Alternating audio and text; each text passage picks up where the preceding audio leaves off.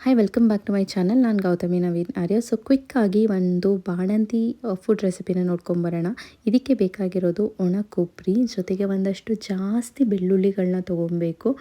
ಹಾಗೆಯೇ ಒಂದಷ್ಟು ಬೆಳ್ಳುಳ್ಳಿಗಳನ್ನ ಚಾಪ್ ಮಾಡಿ ಇಟ್ಕೊಂಡಿದ್ದೀನಿ. ಜೊತೆಗೆ ಪೆಪ್ಪರ್, ಸಾಂಬಾರ್ ಪೌಡರ್, ಹಾಗೆಯೇ ಇದಕ್ಕೆ ಇನ್ನೊಂದು ಬೇಕಾಗಿರೋವಂಥದ್ದು ಬಂದು ಕೊತ್ತಂಬರಿ ಸೊಪ್ಪು. ಇಷ್ಟಿದ್ದರೆ ಒಂದು ಸ್ಪೈಸಿ ಆಗಿರೋ ಹೆಲ್ದಿ ಆಗಿರೋ ಒಂದು ಫುಡ್ನ ನಾವು ಪ್ರಿಪೇರ್ ಮಾಡ್ಬೋದು. ತುಂಬ ಇಂಗ್ರೀಡಿಯೆಂಟ್ಸ್ ಏನೂ ಬೇಕಾಗಲ್ಲ, ಬೇಗ ಈಸಿಯಾಗಿ ಕ್ವಿಕ್ಕಾಗಿ ಮಾಡ್ಬೋದು. ಇದು ಬರೀ ಬಾಣಂತಿರು ಅಂತಲ್ಲ, ನಮಗೆ ಶೀತ ಕೆಮ್ಮು ಏನಾದರೂ ಬಂದರೆ ಈ ರೆಸಿಪಿನ ಮಾಡ್ಕೊಂಡು ತಿಂದರೆ ಪಟ್ ಅಂತ ಹೋಗುತ್ತೆ. ಶೀತ ಕೆಮ್ಮು ಏನೂ ಇರಲ್ಲ. ಯೂಶ್ವಲಿ ನಮ್ಮ ಮನೇಲಿ ಯಾರಿಗಾದ್ರೂ ಕೋಲ್ಡ್ ಅಥವಾ ಕಾಫ್ ಏನಾದರೂ ಆಗಿದೆ ಅಂತಂದರೆ ನಾವು ಯೂಶ್ವಲಿ ಈ ಥರನ ಮಾಡ್ತೀವಿ. ಇದೊಂದು ಕ್ವಿಕ್ ಆ್ಯಂಡ್ ಈಸಿ ರೆಸಿಪಿ ಅಂತ ಹೇಳ್ಬೋದು. ಕೊತ್ತಂಬರಿ ಸೊಪ್ಪು ಇಟ್ ಈಸ್ ಅ ಆಪ್ಷನಲ್, ಹಾಕಲೇಬೇಕು ಅಂತ ಏನೂ ಇಲ್ಲ. ಒಂದು ಜಾರ್ ತೊಗೊಂಡು ಅದಕ್ಕೆ ಕೊಬ್ಬರಿ ಏನಿದೆ ಅದನ್ನು ಹಾಕ್ಕೊತೀನಿ. ನಾನು ಒಂದಿಲ್ಲಿ ಅರ್ಧ ಕೊಬ್ಬರಿ ತೊಗೊಂಡಿದ್ದೀನಿ. ಆ್ಯಕ್ಚುಲಿ ಇದು ಮಾಡೋವಾಗ ಅನ್ನಿಸ್ತು ಕೊಬ್ಬರಿ ಸ್ವಲ್ಪ ಸ್ವೀಟ್ ಇರೋದ್ರಿಂದ ಸ್ವಲ್ಪ ಆದಷ್ಟು ಕಮ್ಮಿನೇ ತೊಗೊಳ್ಳಿ. ನಾನು ಸ್ವಲ್ಪ ಜಾಸ್ತಿ ತೊಗೊಂಡ್ಬಿಟ್ಟಿದ್ದೆ. ಅದಾದಮೇಲೆ ಜಾಸ್ತಿ ಬೆಳ್ಳುಳ್ಳಿನ ಹಾಕ್ಕೊಬೇಕು. ಈ ಬೆಳ್ಳುಳ್ಳಿನ ಬಾಣಂತಿಯರಿಗೆ ಜಾಸ್ತಿ ಕೊಡ್ತಾರೆ. ಹಾಗೆ ಪೆಪ್ಪರ್ ಕೂಡ ನಾನು ಒಂದು 15 to 20 ಅಷ್ಟು ಪೆಪ್ಪರ್ ತೊಗೊಂಡಿದ್ದೀನಿ. ಇದ್ರ ಜೊತೆಗೆ ನಿಮ್ಗೇನಾದರೂ ಬೇಕು ಅಂದರೆ ಒಂದೆರಡು ಚಿಲ್ಲಿನ ಹಾಕ್ಕೋಬೋದು. ಡ್ರೈ ಚಿಲ್ಲೀಸ್ ಏನಿರುತ್ತೆ ಅದನ್ನು ಹಾಕ್ಕೊಬೋದು.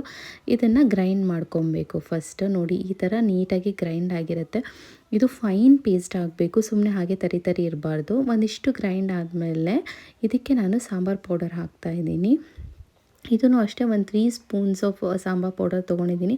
ನಮ್ಮ ಮನೇದು ಸ್ವಲ್ಪ ಸ್ಪೈಸಿ ಇದೆ. ನಿಮ್ಮದು ಸ್ಪೈಸಸ್ ಏನಿರುತ್ತೆ ಅಂದರೆ ತುಂಬ ಖಾರ ಇದೆಯಾ ಏನಿದೆಯಾ ಅಂತ ನೋಡಿಕೊಂಡು ನಿಮ್ಗೆ ಎಷ್ಟು ಖಾರ ಬೇಕೋ ಅದನ್ನು ನೋಡ್ಕೊಂಡು ಹಾಕಿ. ಬಿಕಾಸ್ ಪೆಪ್ಪರ್ ಕೂಡ ಹಾಕಿರ್ತೀವಲ್ವ. ಇದಾದಮೇಲೆ ಒಂದು ಪಾತ್ರೆಯಲ್ಲಿ ಆಯಿಲ್ ತೊಗೊಬೇಕು. ನೀವು ಈ ಆಯಿಲ್ ಬದಲು ಬಾಣಂತಿಯರಾಗಿದ್ದರೆ ತುಪ್ಪ ಏನಿರುತ್ತೆ ಅದನ್ನು ತೊಗೊಳ್ಳಿ. ತುಪ್ಪ ಹಾಕಿದಷ್ಟು ಇದ್ರದ್ದು ಟೇಸ್ಟ್ ಇನ್ನೂ ಎನ್ಹಾನ್ಸ್ ಆಗುತ್ತೆ, ತುಂಬಾ ಚೆನ್ನಾಗಿರುತ್ತೆ. ಸೊ ನಾವು ಎಣ್ಣೆ ಕಾದ ಹಾಗೆ ಇದಕ್ಕೆ ನಾವು ಚಾಪ್ ಮಾಡಿ ಬೆಳ್ಳುಳ್ಳಿನ ಏನು ಇಟ್ಕೊಂಡಿದ್ದೀವಿ ಆ ಬೆಳ್ಳುಳ್ಳಿನ ಹಾಕಬೇಕು. ಇದನ್ನು ಇವಾಗ ಚೆನ್ನಾಗಿ ಫ್ರೈ ಮಾಡಬೇಕು. ಸ್ವಲ್ಪ ಅಂಟುತ್ತೆ, ಅದು ಆಯಿಲ್ ಆಗಿರೋದ್ರಿಂದ ನಾನು ಆಯಿಲೇ ತೊಗೊಂಡಿದ್ದೆ.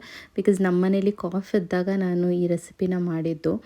ಸೊ ಕಾಫ್ ಇದ್ದಾಗ ತುಪ್ಪನ ಆದಷ್ಟು ಅವಾಯ್ಡ್ ಮಾಡಬೇಕು. ಬಟ್ ಬಾಣಂತಿರಿಗೆ ಆಯಿಲಲ್ಲಿ ಯಾವುದನ್ನು ಮಾಡಿಕೊಡಲ್ಲ, ಅದಕ್ಕೆ ನೀವು ತುಪ್ಪ ಹಾಕಿದ್ರೆ ಟೇಸ್ಟ್ ತುಂಬ ಚೆನ್ನಾಗಿರುತ್ತೆ. ಇದನ್ನು ಒಂದು 2 to 3 ನಿಮಿಷ ಚೆನ್ನಾಗಿ ಫ್ರೈ ಮಾಡ್ಕೊಳ್ಳಿ.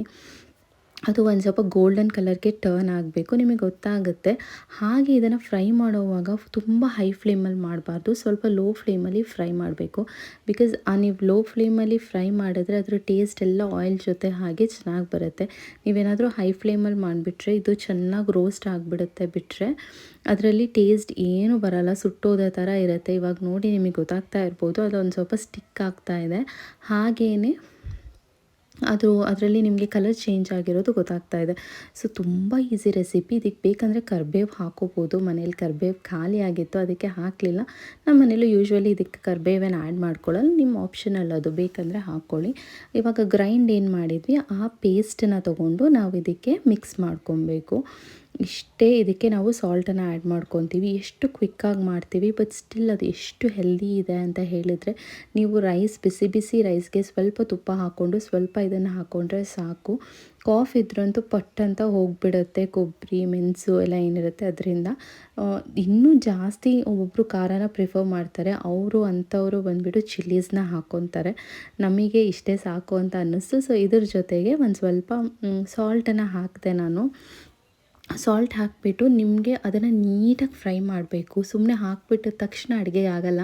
ಇದನ್ನು ಇಲ್ಲ ಅಂದರೂ ಒಂದು 20 ಮಿನಿಟ್ಸ್ ನಾನು ನಿಂತ್ಕೊಂಡು ಫ್ರೈ ಮಾಡಿದ್ದೀನಿ. ನೋಡಿ ಅದು ನಿಮಗೆ ಗೊತ್ತಾಗ್ತಿರ್ಬೋದು, ಪಾತ್ರೆಗೆ ಅದು ಅಂಟುತ್ತಾ ಇದೆ, ಅಲ್ಲಿ ತನಕ ನೀವು ನೀಟಾಗಿ ಫ್ರೈ ಮಾಡಬೇಕು. ಅದಾದಮೇಲೆ ನೀವು ಸಾಲ್ಟನ್ನ ಹಾಕ್ಕೊಬೇಕು.